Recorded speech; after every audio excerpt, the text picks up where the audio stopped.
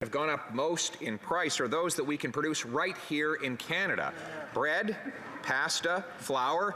We grow wheat in this country. We should be able to deliver it to people's kitchen tables affordably. But the Prime Minister wants to raise taxes on the people who do the growing of our food and the delivering of it to our grocery stores. Even the Governor of the Bank of Canada says that inflation in Canada increasingly reflects what's happening in Canada. This is homegrown Liberal inflation.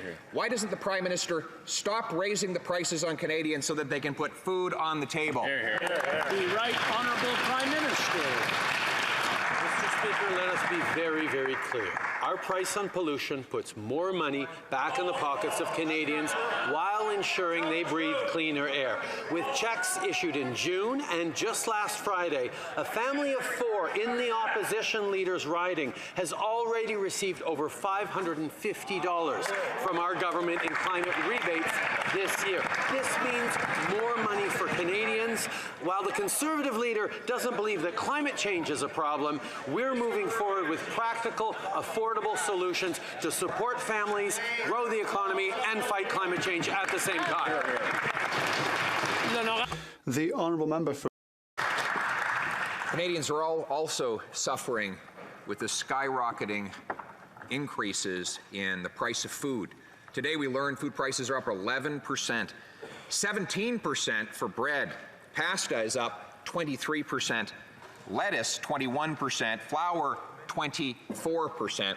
The Prime Minister's solution, of course, is to raise taxes on food with a carbon tax hike that will triple the tax on the cost of transporting and producing food in the first place. Will he reverse this tax hike so Canadians can put food on the table? The Right Honourable Prime Minister.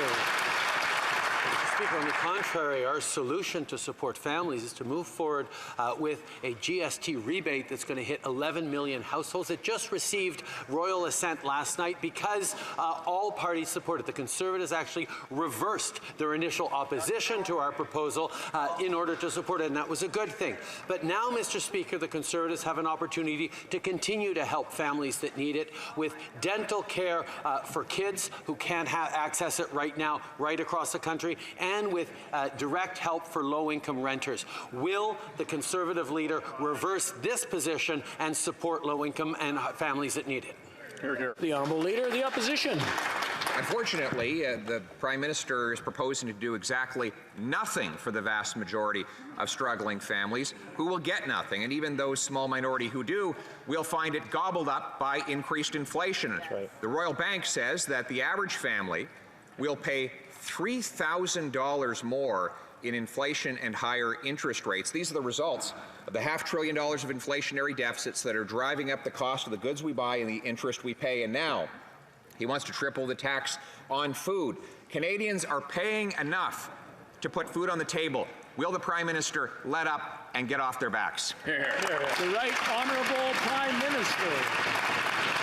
Mr. Speaker, if the Leader of the Official Opposition wants to help Canadians, why is he not stepping up to help Canadian families give dental care to their kids? We're talking about $1,300 over the next 2 years to support families that need it across the country, and we're talking about direct support to low-income renters. This is money that can make a huge difference in Canadians' lives, but the reality is not only do they not support it, they're trying to do everything they can to block it and even kill our support for these families. Honourable Leader of the Opposition. the vast majority of Canadians aren't admissible to this sum. And even those who will receive it will see it disappear because inflation will cost $3,000 more to the average household family here in Canada next week, according to the Royal Bank of Canada. Canadians cannot pay anymore, but the Prime Minister just wants to add to the burden. Will he cancel his plans to continue with these deficits and these inflationist taxes? The Right Honourable Prime Minister. I'm trying to understand the Leader of the Opposition's logic, who says that inflation is so high, that costs are so high, that it's completely useless to do anything. Quite the contrary, Mr. Speaker. We are here to help people concretely and tangibly with assistance with the GST credit. We are here to help families who have children who are under 12, who cannot afford dental care. And we are here to help renters, low-income renters, with their rent this fall. Why are they not here to help these families? All we see are excuses. We want them to support us in our measures to help Canadians. Shift in The Honourable Leader.